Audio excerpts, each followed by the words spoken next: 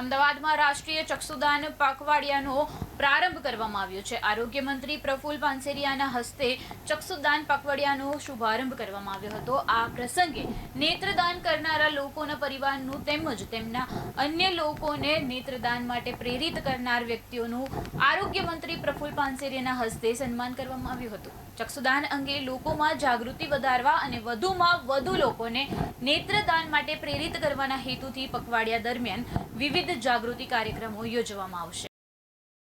રાજ્યના દરેક વિસ્તારમાં ચક્ષુ બેંક દ્વારા અને ચક્ષુ વિભાગ દ્વારા નેત્રદાન જાગૃતિનું પખવાડિયું ઉજવવામાં આવે છે। ભારતની અંદર અંદાજે 1.5 લાખ જેટલા વ્યક્તિઓ કોર્નિયા બ્લાઇન્ડ યાની કે કોર્નિયાના હિસાબે તેઓ અંધ છે। જો એમને ચક્ષુદાન મળી જાય તો એ ફરીથી આ સૃષ્ટિ દેખી શકે।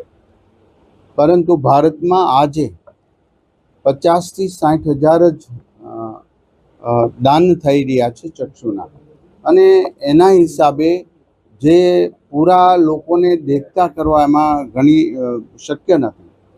તો 1.5 લાખની સામે 50 થી 60 હજાર ચક્ષુદાન થઈ રહ્યા છે। એની જાગૃતતા લાવવા માટે ચક્ષુદાન કોઈ પણ વ્યક્તિ કરી શકે છે। અને આ એક ઓર્ગન ડોનેશન એવું છે કે ઓર્ગન ડોનેશનની જાગૃતતા તો છે, પરંતુ 3 થી 6 કલાક મૃત્યુ પછી પણ આ ચક્ષુનું દાન કરી શકાય છે।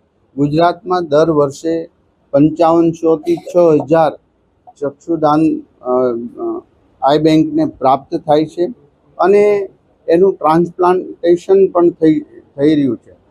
તો મોતિયાથી લઈને પડદાથી લઈને બધી જ બાબતોમાં ચક્ષુદાન જાગૃતતા સાથે લોકો આ સૃષ્ટિ દેખી શકે એવા પ્રયાસને અને જે કામગીરી કરી રહ્યા છે એમને હૃદયપૂર્વક અભિનંદન પાઠવું છું, વંદન પણ કરું છું।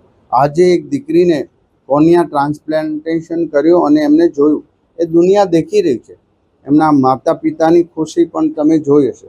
આ ખુશી લાવવાનું કામ અને આ જાગૃતતા માટે 25 તારીખથી 8 તારીખ સુધી